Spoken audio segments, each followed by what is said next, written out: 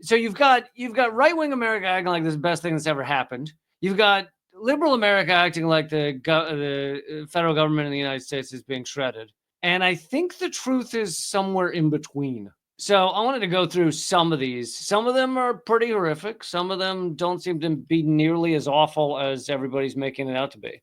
Department of Veterans Affairs. The Department of Veteran Affairs announced the dismissal of more than 1,000 employees who have served for less than 2 years. According to one senator, that included researchers working on cancer treatments, opioid addiction, prosthetics, and burn pit exposure. That sounds like a good lot to fire. They're not needed.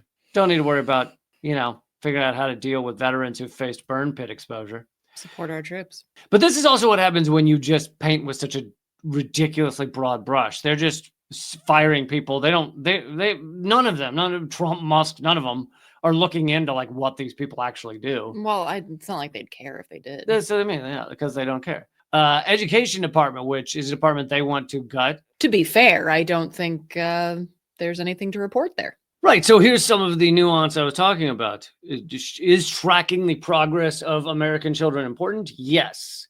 Do American students seem to be progressing because we're tracking what they're doing? No. So, Energy Department. Hundreds of federal employees tasked with working on the nation's nuclear weapons programs were laid off February 13th. But the move was largely rescinded hours later when basically the White House realized they might need some of those nuclear because they're the only ones who know how to use the floppy disks that still run our nuclear system. Oh my God. She's not kidding. I'm not kidding. Literally floppy disks. There's still, some of it is still on floppy disks. And for those of you who are under the age of 30 and have no idea what a floppy disk is, Google it. And then you tell me that that's the best we can do. Google it and then laugh heartily. And cry a little bit too.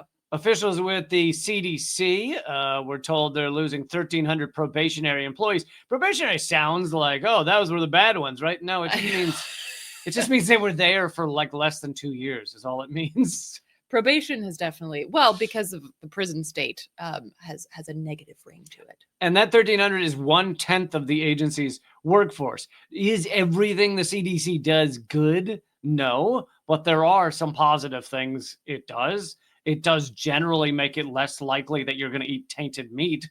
So there are some positives within other negative things. The probationary cuts, Department of Homeland Security, probationary cuts included 130 employees in the U.S., and this is one I support, in the U.S. Cybersecurity and Infrastructure Security Agency.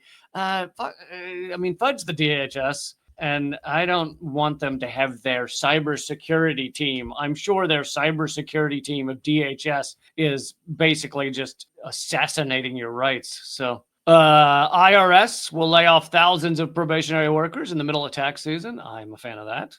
With Biden, as with Trump, they're going to divert the IRS's small staff to focus on middle class and lower class people rather than going after the richest of the rich, which are where you actually should direct the IRS. National Park Service administration's fired 1,000 newly hired National Park Service employees that maintain parks. The firings were not publicly announced, but were confirmed. They're also, it's kind of confusing because the Park Service also reinstated 5,000 seasonal jobs. Consumer Financial Protection Bureau, I covered that the other day, that they have basically shredded the Consumer Financial Protection Bureau, but it was largely meaningless to begin with. It was a Band-Aid on a banking system that exploits people, is completely predatory, and destroys people's lives all day, every day. And the CFPB succeeded in stopping $5 fees. Agriculture Department. The new Agriculture Secretary said on February 14th that her agency invited Elon Musk's Doge team with open arms, and layoffs are forthcoming. Funny note about that. I saw this in a mutual aid thread that I'm a part of. And this is also like a media literacy moment. NBC News posted an article that says USDA says it accidentally fired officials working on the bird flu and is now trying to rehire them. Foreign aid and development. We've talked a lot about what garbage USAID is, and yet a lot of liberals across this country are crying tears, bitter tears over USAID. We were just helping people around the world. Federal grants and loans. The White House last month paused federal grants and loans. They then rescinded some of the freeze. We covered this at the time. Some of these grants are obviously important to a lot of people. It's a widespread disruption in healthcare research, education programs, other initiatives. Even grants that have been awarded but not spent are supposed to be halted, because it wreak a lot of havoc. At the same time, it stopped USAID grants, which sounds pretty good, most of them. Inspectors General, I'm almost done here. Inspectors General, each of the federal government's largest agencies had its own Inspector General who was supposed to conduct objective audits, prevent fraud, and promote efficiency. Trump fired all 17 of them. Okay, here's the nuance. Why did he fire all 17? Because he does not want them investigating him. It's straight up corruption. However, here's the other side of it. These inspectors general, for the most part, like 90% of the time, are not actually stopping the corruption, fraud, and just straight up extraction of American lives that goes on in our government. They got that job by being part of the system. This is the same as CFPB. It's like, they weren't really doing the job, but why is he firing them? Because he doesn't want them doing the job. Like, that sums it up. Department of Justice, it's normal for politically appointed U.S. attorneys to be replaced, but it's not standard procedure for career prosecutors to be ousted with a change in administrations. So apparently not that uncommon to replace U.S. attorneys. State Department, a large number of senior career diplomats who served in politically appointed leadership positions, as well as lower level positions in the State Department, left their jobs at the demand of the new administration. But what does the State Department do?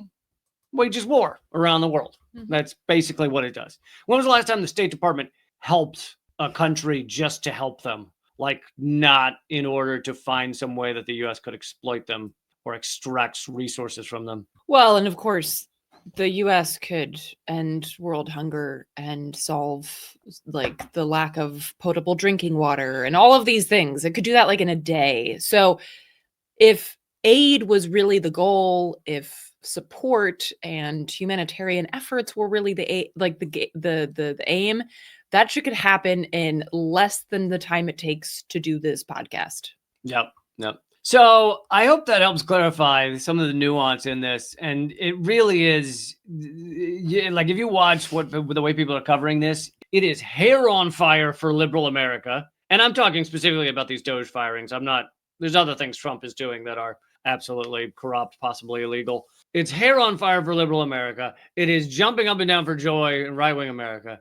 And perhaps there's some middle ground here where it's like, yeah, that was garbage. This is corrupt. This is Elon and Trump being corrupt. And I think we get a mixed bag. The liberals are freaking out because, again, this is a revealing of the system. And that's why a lot of the DC crowd doesn't like Trump. Not because they have anything really not that they are that against his policies, because again, they prefer to him over Bernie, but because he reveals the system and it makes them look bad. When you pull down the Black Lives Matter facade and the rainbow flag facade, when you pull all that down and you see that the structures of the system are the same with Democrats and Republicans, that doesn't look good for the Democrats. They lose their carrot and all they're left with is the stick.